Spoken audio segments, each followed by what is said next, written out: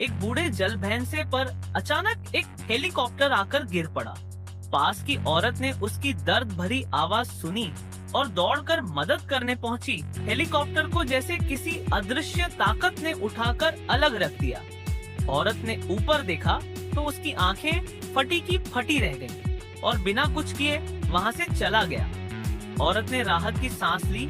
कुछ घंटे पहले ही एक खोजी दल यहाँ रिसर्च करने पहुंचा था, पर असल में वो रिसर्च नहीं बल्कि हत्या और विनाश कर रहे थे। उनकी करतूतों से इस द्वीप के असली राजा किंग कॉन्ग जाग उठा।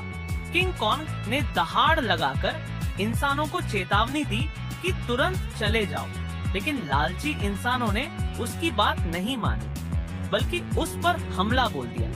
हेलीकॉप्टरों की बरसात और गोलियों की बौछार शुरू हो गई। इस द्वीप पर हर जानवर इतना शांत नहीं था। जल्द ही सैनिकों पर एक विशाल मकड़ी ने हमला कर दिया। उसके लंबे पतले पैरों ने एक जवान को बांस की तरह छेद दिया। भारी गोलीबारी के बाद ही उसे मारा जा सका, लेकिन कई सैनिकों की जान चली गई। उधर किंग कॉन्ग एक झील के पास अपने घाव धो रहा था। तभी अचानक उसने पानी में हाथ डालकर एक विशाल ऑक्टोपस निकाल लिया। ऑक्टोपस ने उसे जकड़कर दम घोंटने की कोशिश की, पर किंग कॉन्ग ने उसे पैरों तले कुचलकर फाड़ डाला और उसी को खा गया।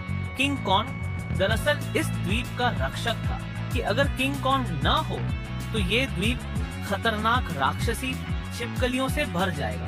ये छिपकलियां किसी पर भी हमला कर देती थी, इंसान हो या जानवर।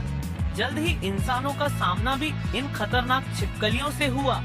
उन्होंने सैनिकों को बेरहमी से मार डाला। जनरल ने आग और हथियारों से हमला किया, लेकिन कोई असर नहीं हुआ। छिपकली लगातार किंग कॉन्ग पर हावी होने की कोशिश कर रहा था।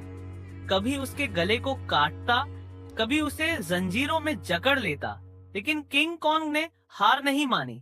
उसने पेड़ उखाड़कर उसे डंडे की तरह इस्तेमाल किया, चट्टानें उठाकर उसके सिर पर मारी। अंत में जब छिपकली ने एक औरत को निगलने की कोशिश की, तो किंग कॉन्ग ने अपनी पूरी ताकत से उसके मुंह में हाथ डाल दिया और उसकी जीभ और अंदरूनी अंग बाहर खींचकर फाड़ डाले।